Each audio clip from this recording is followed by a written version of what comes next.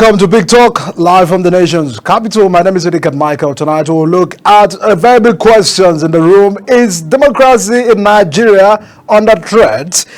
Because Obasanjo earlier in the week was speaking and, of course, raising concerns about democracy, describing that democracy is failing. And then in Africa, I also made a context looking at Nigeria.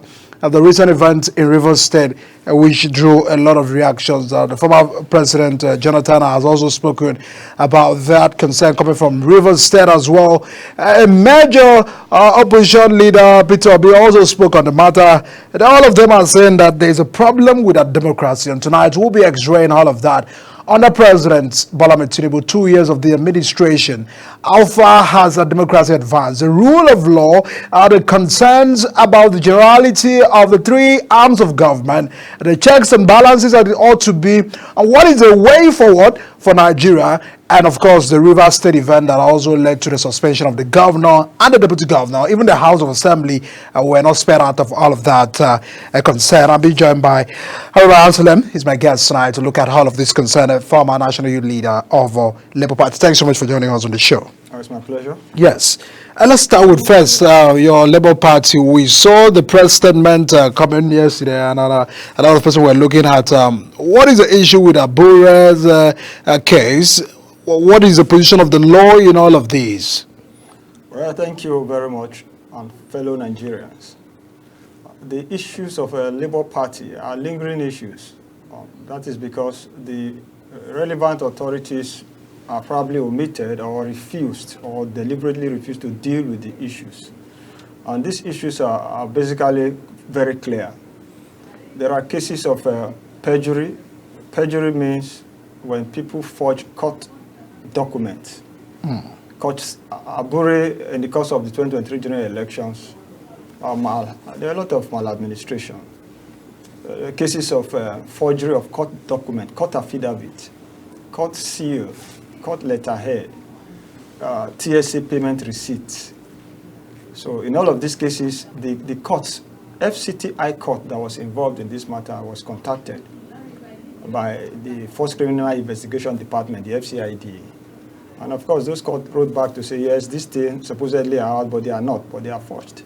So that established, so the summary of this is to say there were petitions written by a lot of persons, but basically the one that pertains to the Ebonyi State governorship candidate, Oko Eze Splendor, went through the entire process, and there were indictment. So Julius Abure was indicted, Umar Farouk Ibrahim, the then secretary, was indicted, Clement Ojukwu was indicted, the beneficiary of the process in Ebonyi, illegal beneficiary, architect Edward Nkwegu, was indicted.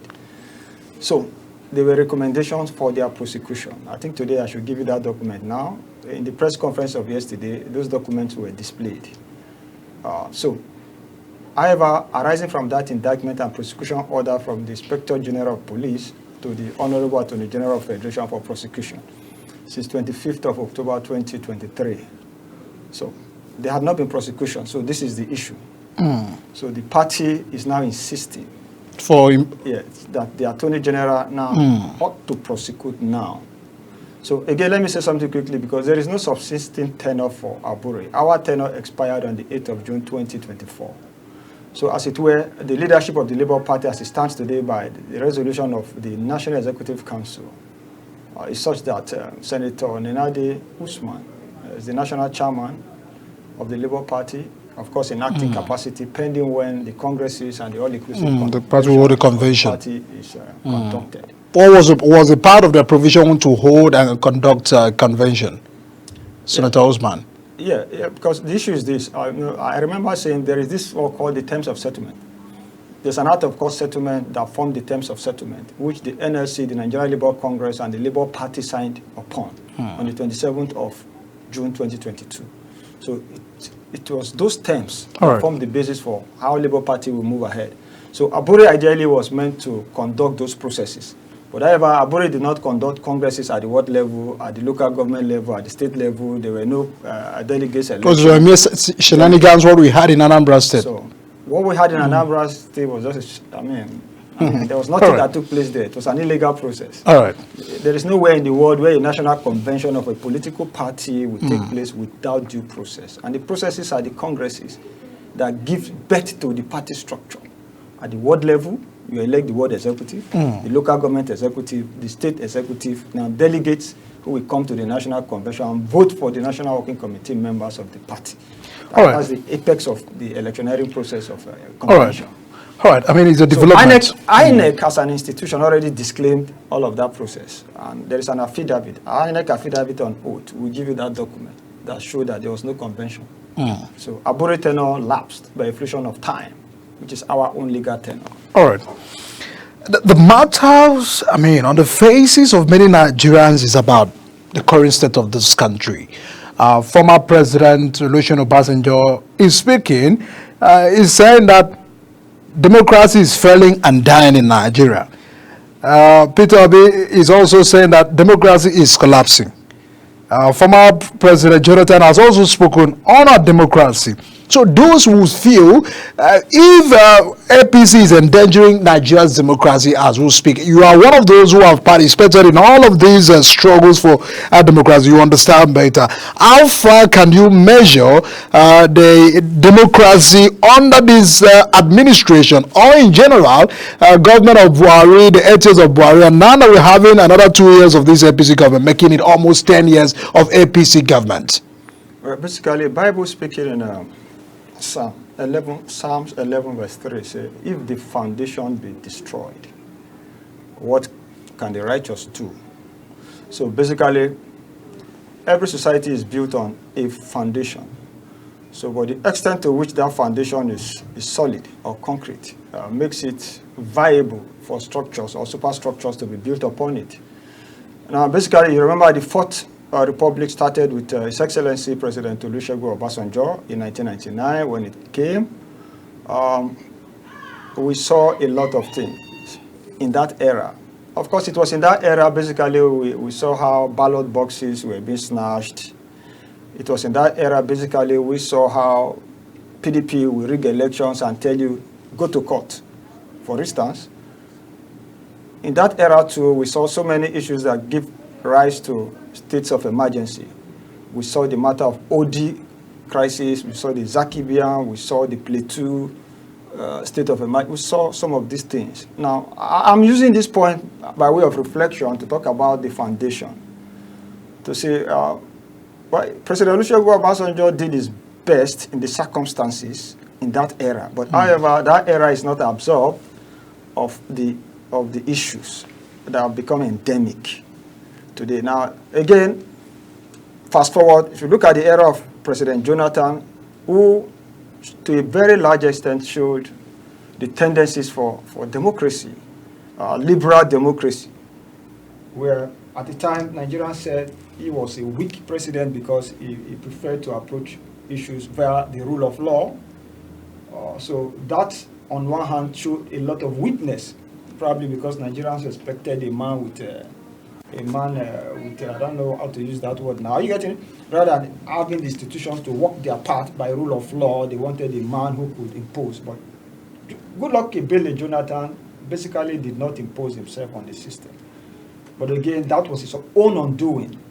We saw a man who eventually he set the stage for transparent electioneering processes in Nigeria, and he became a victim of a transparent electoral process as to how he was defeated in 2015, and His Excellency Muhammadu Buhari came in.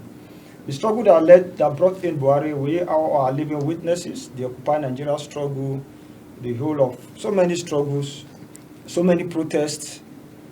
President Jonathan in his era gave security to the protester. His Excellency today, President Asiwaju Bola Ahmed Tinubu led most of those onslaught in that era. I remember seeing on this station, His Excellency then Asiwaju Bola Ahmed Tinubu led the onslaught that ousted President Jonathan, that brought in Buhari, basically by that alliance. Again, he led his own onslaught that brought him to power. Recently, we saw a flawed electoral process by reason of results collation. Now, of course, His Excellency Peter Obi was a victim of so many issues during his era as a governor in Anambra State. He was impeached, I think, on 2 different occasions, but he had to come back by reason of the law. So in all of the scenarios, dovetailing into what happened recently in Rivers State, how His Excellency Asiwaju Bola Ahmed Tinubu had to declare a state of emergency with recourse to the provision of the Constitution. Now, let us see this here. There were gaps, too many gaps, and there were responsibilities, too many responsibilities. First and foremost, we had an elect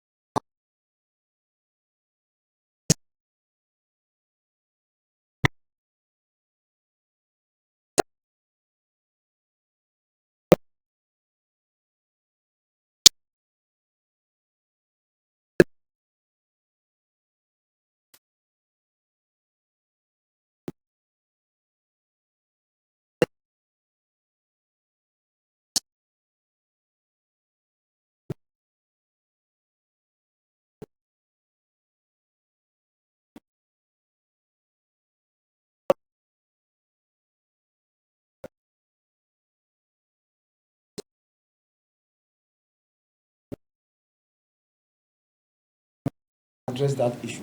So it's not late. So I want to use the opportunity to appeal to His Excellency President Asiwaju Bola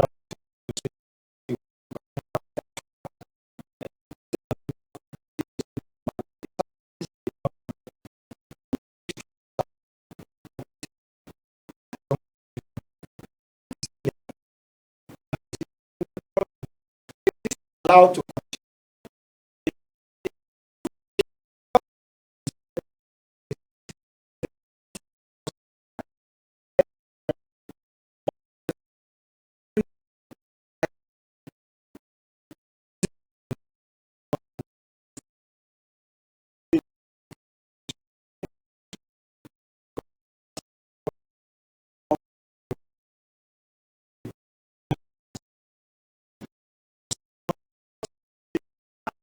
in the of any administration for damage to be done to any state. So, in summary, what I've said in essence is let be aware of its constitutional powers. So do you feel that the National Assembly would have helped the situation as when the matter was on the floor? Certainly. And how would have they been able to do that? What we expected was, since the president has already gazetted and the law says within 2 days, if the assembly was in session, they will convey that session in the Senate and House of Reps to ratify or reject the position of the president. So which means the National Assembly had the rare privilege to write their name in gold in democracy, looking at the pros and the cons, with respect to that declaration of the president, to say, oh, His Excellency, we may not need to go the full off with respect to the emergency declaration, to say, let the democratic structures remain. So the National Assembly should have been able to reverse that aspect by way of 2/3 majority of those present voting against certain sections of the declaration. Because the declaration is not just, it's a whole issues lumped together. You had the issues of the state executive that affected the governor, the deputy, and the commissioners, for instance. You have the aspect of the legislature that affected the 23 or 26 state assembly members that today are nowhere. So, of course, we had the economic aspect that had to do with, of course, the River State is one of the key states that produces oil for the country. So we understand the point at which national security we treat it for economic reasons by way of pipeline vandalism, and equally for the threats that were issued. We saw communities, we saw tribes, we saw ethnic regrouping, the Jaws versus probably the minister of FCT and the rest to say no, we will not. So there were a lot of issues going on at the same time. But however,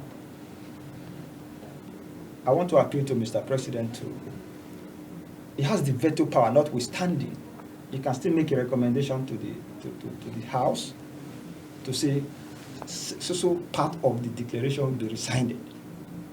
Let us reinstate the democratic structure. Because the danger in this is, in the days ahead, there are going to be a lot of regrouping.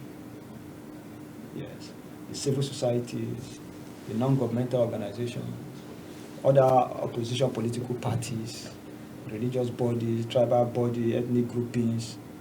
These things are going to happen. The national security, they know better than what I'm saying, because it is palpable, you can feel it. So you really feel that appointing a sole administrator is unconstitutional for to resolving that issues? Well, appointment of sole administrator is not unconstitutional, because ideally when a state of emergency is declared, it means those who have right of access in leadership will lose those privileges. So that means the president will have a veto to appoint a sole administrator. So that is that scenario in which a sole administrator was appointed. Well, now the sole administrator is now given all the executive power in the state. Yes, some people feel that a lot of things is wrong with that move. There's nothing wrong with that move, because it is the scenario that led to that. The scenario of a state of emergency precludes a situation where the president has extra powers to government house. So the president has powers over that state now. You get it, to govern the state at his own behest, at his own discretion, taking into consideration people he feel might be able to serve that state in the best national interest from those he had worked with previously. Okay. For instance, for him to have appointed the sole administrator, it then means that sole administrator had certain leadership and administrative capabilities that the president himself must have been privy to prior before now to enable him, because the president is now the more of the governor of that People said he would have been a civilian rather than being coming from the military. Yeah. You see, we have foundational issues in Nigeria because for the better part of our existence, after independence, we've had more of military administration. So we have been ruled more by the military regimes and systems. So it is that introduced the lexicon of maybe the sole administrator having to be a military personnel. It can be a policeman, serving or retired, army, navy, any of these military security personnel, or DSS and the rest of them. So again, let me say this to say, some of the military people have additional advantage or advantages over the civilians, ordinarily.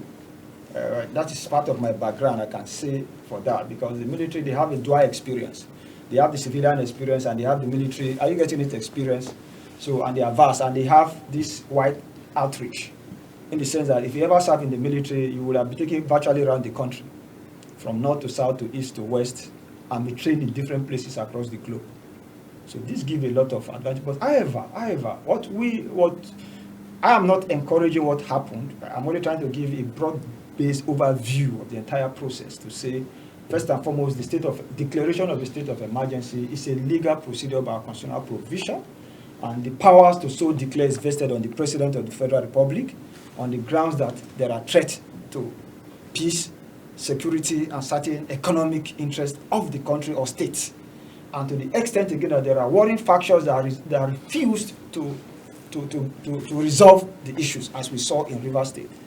So, but the danger in what has happened is to say democratic structures have been destroyed, and that was facilitated because the National Assembly failed in their duties. Not because they are in APC. If it is for APC issues, it's a different matter. Advise the president proper to say, okay, Mr. President, yes, let there be a state of emergency. However, let the democratic structures of the executive, the state assembly, and the rest remain. So beef up security. Are you getting it? Because the state governor has no powers over security. So to accuse the state governor of not protecting infrastructural facilities like the oil wells and the rest of them, I mean, that's out of place. Those are powers of the president and the national security. So if there are lapses in those areas, then you hold the federal government responsible for failing in their own duties. But however, for the quarrel that ensued between the governor and the FCT minister, what Nigerians have criticized mostly, or part of it, is to say the president did not apportion any blame to the FCT minister, who probably is the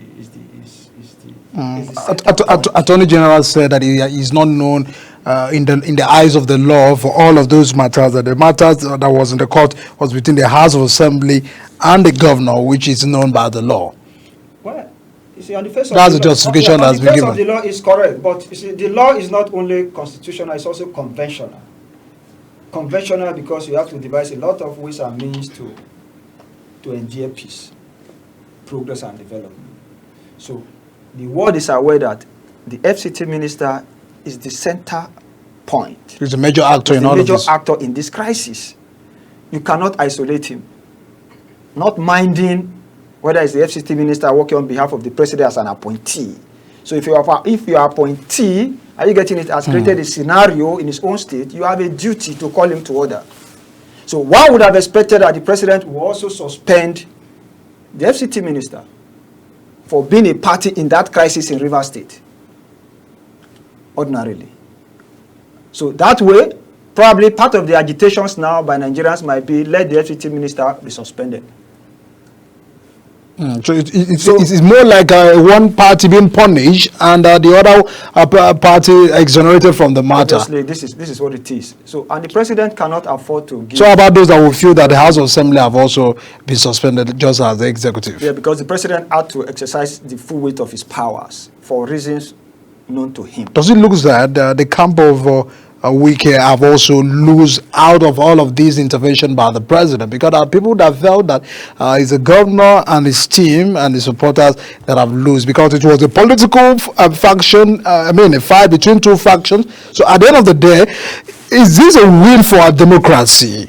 Is this a win for our national development? Or is it a political win for APC? Because there are those that are also saying that this is orchestrated just to capture a PDP, a ruling state by the APC. Well, I want to basically differ to a very large extent from that assertion, notwithstanding that Mr. President is I'm of the Labour Party, for instance. So ideally, politically, I have no interest because that's a PDP state and the president is APC and I'm a Labour man. But for those of us in opposition, we have to look at the issues very dispassionately. Of course, politically, one would attribute the declaration to an attempt at conquest ahead of 2027. Because Rivers State being one of the swing states, is one of the three major states that brings enough vote to the table, ideally. And if you look at the political configuration with the regrouping taking place in Nigeria, if you have Lagos, you have Kano, you have Rivers, the North is virtually regrouping politically. If you look at it from that angle, Mr. President will have to be more desperate to hold on to Rivers State, ideally, politically.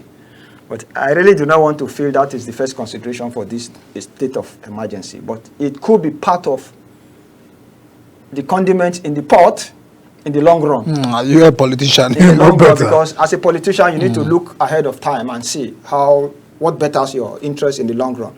But of course, the 6 months will no doubt create a scenario where the APC will have an advantage because people are already perceiving that by the time the state of emergency is resolved, we might see a situation where the governor is defecting to APC, or probably certain arrangement will have been entered such that the governor will ensure that the APC in the next election is able to capture the state, because the president virtually basically going to harmonize the interests of the FCT minister, who is his key front man in the state, as it were, and probably this governor who has been ousted or using the sole administrator to deepen political processes within these 6 months, if it extends to 6 months. But that is by the way.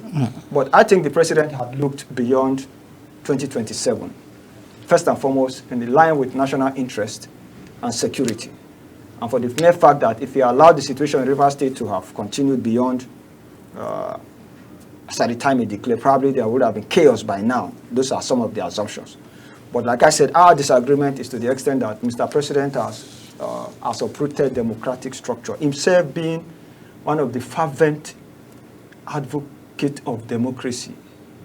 President Tinubu is reckoned to be one of the fervent agitators for democracy in this country. For the people are now saying that voices of oppositions and some people that are speaking out are being silenced by the government under this administration. Well, all of these insinuations could be founded or founded. For instance, I have a belief in life that if you think what you have to say is correct, go ahead and say it. For instance, that's me. But do you agree that silencing voice of people is not the best way for democracy to work and to strive? Well, that is why opposition in democracy, the spice of democracy is opposition. Because even your former presidential candidate have come out to say that he is under threat even by the ruling political party. So it's not just a normal Nigerian that is speaking. If Mr. Peter Obi, as a former governor of the state, can come out to say that they are not threatening him, he's under severe attacks for calling out or for speaking out, that his criticism is being seen as a crime in general. So, but a lot of persons are now speaking out. We saw a young corps member who came out the other time, to make some description about the current state of the nation. Oh Lord, also would tell you that Nigerians' freedom of speech is not guaranteed in this country. Some person making tweet on Twitter, the next time or the next day you see the person being arrested and tried. So, what is your assessment about that? Because as a Democrat, that President Tinubu, many have described, even just as many have described, that he is one of those who loves democracy, fought for democracy. Things of those nature ought to have always been distanced from him. Well, thank you. Let me answer some of the questions you raised. You have raised quite a number of questions. One, Peter Obi. Again, let me also again use the point to commend His Excellency Peter Obi for his own efforts, and to also make, each time this matter comes up, I try to add advice. Now, what's expected as he's the leader of our party, now what's expected is for the party to be behind him always. Are you with me? Now, the essence for that is to say, as he criticizes the government, we are critics. This is what we do. For instance, the matter in Labour Party, if I come to Peter Obi, we've had where people say, oh, President Tinubu is the one backing Julius Abure, and as such, nothing can be done about Abure. We say no. If President Tinubu were backing Abure and the police have indicted Abure and there is a prosecution order, are you with me? Before the Attorney General of Federation for Abure to be prosecuted, to be brought to court for prosecution, it behoves on us as Labour Party officials to insist that that order which was given be implemented. So, and it is part of the reason a press conference was called yesterday, bringing it to the public glare, to the world, to say these are issues. There are issues of indictment and prosecution. AGF, go ahead and prosecute. If you don't prosecute within a set time, the Labour Party and the civil society organization in Nigeria will come. We will come for picketing. So, but if you have any reason why Abure is no more guilty, then let us have that reason. But so long as it's the police, the authority to investigate have indicted him and recommended for prosecution. So you have no reason not to prosecute. But you have any reason not to prosecute, then give us that extra reason and let us wait and see. Are you there? So that is that about that. Two, to say, I just said something that if you have what to say that is real and genuine, go ahead and say it. Mr. Peter Obi has made a lot of statements.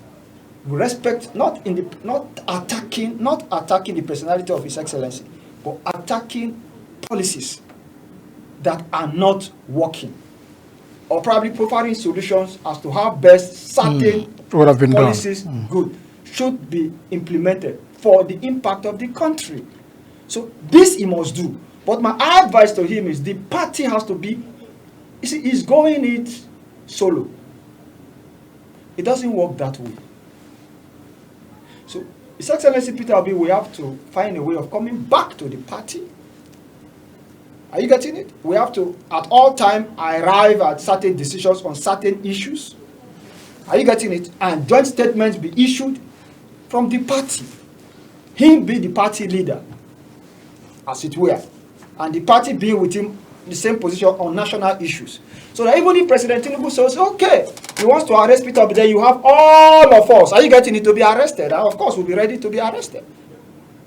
So this is an advice. So that he doesn't feel dejected and feel isolated, as if to say, are you getting it, they are coming for only him. No. But that is because of the situation he found himself. And that is the leadership style Abure created in the party to isolate everybody. So you feel?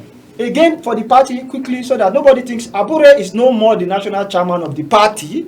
That point should be clear to the world. Abure tenure elapsed. His name is still on the portal, INEC Abure's portal. name has to be removed from the INEC But portal. as we speak, it is still on the portal. Okay, that's the point. So Abure's name has no basis under the law. I will give you the INEC affidavit of oath now. I will share it today, so that the world will see that INEC, as an institution of government who is in charge of that process, in writing, in court, has said the tenure, are you getting it, elapsed in June, June 8 specifically, 2024. And that Abure did not conduct the processes, congresses, are you getting it, leading to convention, and as such the convention which they claim they conducted is non-existent, is non-void. So INEC has no basis, are you with me, to keep Abure's name in their portal. Let it be known to INEC. Two, the only authority that should be in the INEC portal is Nenadi Usman and Senator Dalitu Wokocha, whom the National Executive Council of the party appointed on the 4th of September 2022, even though that tenure elapsed on the 3rd of March 2025, 2 weeks ago thereabout. But of course, the only subsisting leadership, because there's no vacuum, there can't be vacuum, we still have to be Senator Nenadi Usman and Dalitu Wokocha as chairman and secretary, pending when a NEC meeting is being conveyed, has been sent to INEC to be conveyed for further ratification to fill vacancies. Are you with me? So, in a nutshell, to come back home to say, Showore, Peter Obi, those in opposition, everybody, nobody needs to be scared. This is for the love of country. President Tinubu is the foremost activist that I can talk of who has participated in these processes, agitated, had been pursued severally, ran away and came back, continued the struggle. He was alone in 1999 to 2007. He was alone as an AD state, for which even under President Obasanjo, we are living witnesses to how the resources of Lagos State were withheld for almost 8 years or thereabout. Are you with me? Against the provisions of the law. And then Governor Tinubu managed, however he did it, to keep the state afloat for 8 years. Are you with me? So, if we are talking about all of the unconventional issues, the unconstitutionality, they did not start today. That's why I started by talking about if the foundation be destroyed. But of course, again, we must give it to His Excellency, former President Olusegun Obasanjo, for being a father, even at his age now, because the much he can do now is to advise. To advise. So if he's speaking, should APC be seeing that as a threat? Because we've also had a situation where Obasanjo have said, corruption is getting worse in Nigeria, and APC had responded towards the former president and head of state, saying that, under his watch, we had almost the same situation. So, but if APC and the ruling party or the government of the day are not accepting advice coming from Obasanjo, so it probably may lose that this government are not listening to other voices or other dissenting opinions. Yes, we should understand that there has been an age-long warfare, probably from 1999 to date, between President Olusegun Obasanjo, ideally, His Excellency today, President Asiwaju Bola Ahmed Tinubu, dating back to some of the issues I just dotted now, how funds for Lagos State were withheld by the federal government, and the Lagos State had to make do by whatever means to sustain. That in itself was an illegality, ordinarily. So you see, these are foundations to still being carried on. Now, but what is expected, ideally, is to say, like I give an accolade to President Asiwaju by reason of his track record in the struggle, so that as a man who's experienced in the struggle, this democratic struggle, there are certain things that are not expected of him. So he's supposed to now shine that light, that democratic light, that will further reassure Nigerians of democracy, to deepen democracy. So again, I will use this opportunity, maybe for the first time, to also appeal to His Excellency that to say, for those of us who have followed him over time, from concerning his records, he needs to leave behind for posterity a proper democratic culture, such that by the time he leaves, maybe in 4 years or in 8 years, depending on what happens in 2027, Nigerians will have recourse. For instance, Goodluck Ebele Jonathan can be reckoned to be a man who set the foundation for transparent elections in Nigeria, and who fell victim of his own process. That's a legacy. Today, we saw the election that brought in this government, arm of the Labour Party, like I said. We are not happy with what happened, particularly with INEC. So, the INEC, the result the INEC published, compared to what happened in Jonathan's time, are you getting the award apart? So, what's expected is expected that going forward, things should be done rightly. President Tinubu will have to put his feet on the ground to deepen democracy at all levels. So the criticism, yes, APC, I don't think there's no party in Nigeria that has criticized a sitting government in the last 8 years or 10 years, more than the people that eventually formed the APC. So it's expected that from their own track records, they should now be able to have developed thick skin to probably allegations or issues, and to listen more, and to act more by doing those things that are proper for democracy. For instance, the state of emergency that was declared, there are flaws. The president has powers notwithstanding, but there are flaws. You have destroyed democratic structures. And if that is not corrected before the end of the next 2 years to 2027 elections, so many opposition states are going to fall victim. So we must not deliberately set up quasi-military systems in the name of trying to get more states. All right. Yes. I mean, before we wrap up, a concern about this coalition, people are coming together. They are not coming to the Labour Party this time. They are moving to SDP, Social Democratic Party. Are you bothered that your party is losing grab of the reality of political relevance? Now people, Erufai is sort of probably joining hands with Labour Party after defecting from APC as they come to SDP. What is your concern about all of these coalition talks, opposition coming together to even make move to register a new political party, if possible, to merge, just as we had in 2014 that bettered APC in 2015? Yes, you see, if we fail to learn from history, we will be condemned by history. First and foremost, SDP. What is the foundation of SDP? May so rest in peace. The foundation of the SDP bettered the PDP. The Chief Tony and Ennis of this world in their time, the MKO Abiola, all of these men, the President Asiwaju Bola Ahmed Tinubu now, these were the men that founded the SDP, Social Democratic Party. Was the senator under SDP? Oh, sure. No, I'm giving you, there's a background I'm trying to give here to say, by extension, who is the inheritor of the SDP structure or the MKO Abiola's political structure? Who is the inheritor? Is His Excellency Bola Ahmed Tinubu. So I want to draw the attention of the Erufais and the whole of them who are running into SDP to have a halt and introspect and look at the foundation they are running to. First and foremost, is that the safest foundation to run to? I can tell you, the owner of the SDP is Asiwaju Bola Ahmed Tinubu.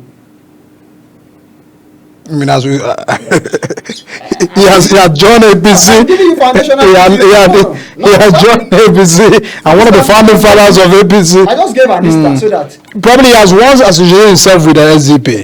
The point I'm making with all of this is to say, I started by citing history, affiliations, families, political families, hegemonies, to say the foundation of the SDP is rooted in MKO Abiola, the likes of Chief Tony Aneni.